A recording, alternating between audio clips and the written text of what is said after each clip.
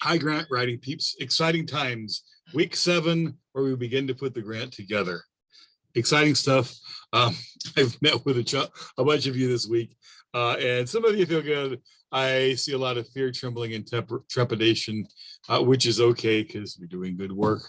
And I see all the parts coming together as a whole, and I know you're aware of only of your own individual parts. So this week, we're going to, in terms of what we're learning, we're going to look at capacity, we're going to look at sustainability, and we're going to look at putting everything together. Capacity is proving that you can do what you say you're going to do.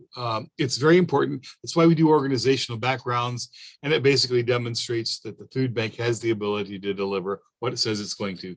So organization background, very important. We're getting drafts of that together, and we're going to be critiquing them as well. Sustainability, we're not going to do a whole lot on. I'm going to have you read the chapter and do basically express some ideas about the food bank grant. But sustainability is proving that whatever you're doing is going to continue after the grant is over. Agencies don't like to give money and see programs die, buy equipment and see it sitting on the corner, collecting dust or whatever.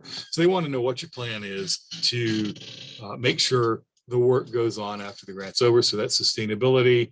And we're going to do a little bit of reading on that, talk about that a little bit. Not a huge deal with the food bank grant because it's a building, and one would assume the food bank is going to keep its building going afterwards.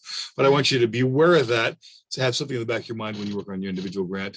And then we're going to put things together.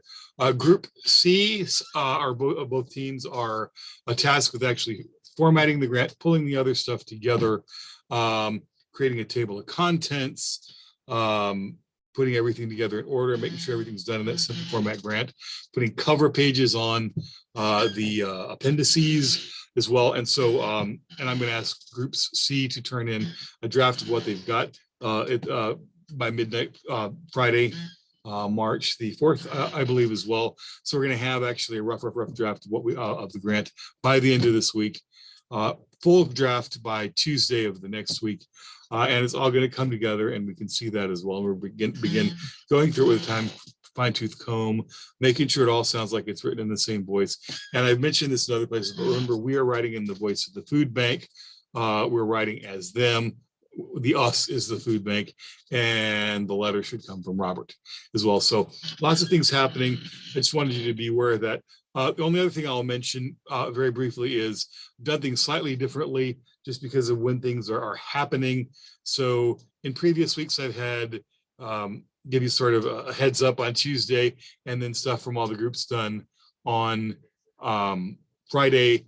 And because we get some things done, I had to juggle some things. So groups 2 and 4 have something due on Tuesday, and groups 1 and 3 have something due on Friday. It's just a little bit different. So I just want you to be aware of that.